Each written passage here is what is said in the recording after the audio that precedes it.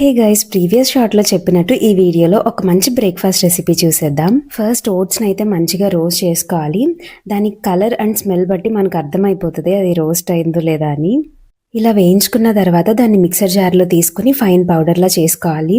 Oats కొంచెం ఎక్కువ క్వాంటిటీలో వేయించుకుంటే మనకి ఆ పౌడర్ అనేది చపాతీ చేసుకున్నప్పుడు కానీ అలా వేరే బ్రేక్ఫాస్ట్లో యూజ్ చేసుకోవచ్చు. లేదా ఇన్స్టెంట్గా ఎప్పుడైనా మనం ఓట్స్ దోశ వేసుకున్నా సరే దానికి యూజ్ చేసుకోవచ్చు. ఈ ఓట్స్ పౌడర్లోకి కొంచెం సాల్ట్, జీలకర్ర, ఇంకా చిన్నగా చాప్ చేసుకున్న ఆనియన్, ఏమైనా వెజిటబుల్స్ అన్నీ కూడా వేసుకోవచ్చు. అండ్ ఇక్కడ నేను క్యాప్సికమ్ వేస్తున్నాను. అండ్ టొమాటో కూడా చిన్న పీసెస్గా కట్ చేసి వేసుకోవాలి. క్యారెట్ తురుము అండ్ ఇంకా పాలక్ ప్యూరీ కూడా వేసుకున్నాను.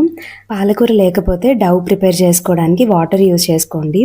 ఇక్కడ నేను వాటర్ అస్సలు వేయలేదు, నాకు ఆ ప్యూరీకి ఉన్న వాటర్ కంటెంటే సరిపోయింది కన్సిస్టెన్సీలో రావడానికి.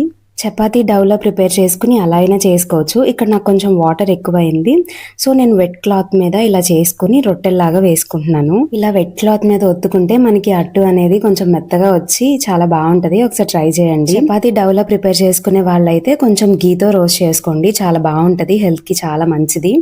నేను గీ తినను, సో ఆయిల్ వేసుకున్నాను. ఈ రొట్టెలు వేయించుకున్నప్పుడు లిడ్తో క్లోజ్ చేసుకుని వేయించుకోండి.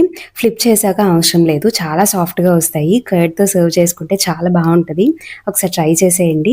That's all for this video. See you in my next one. Subscribe చేసుకోకపోతే ప్లీజ్ సబ్స్క్రైబ్.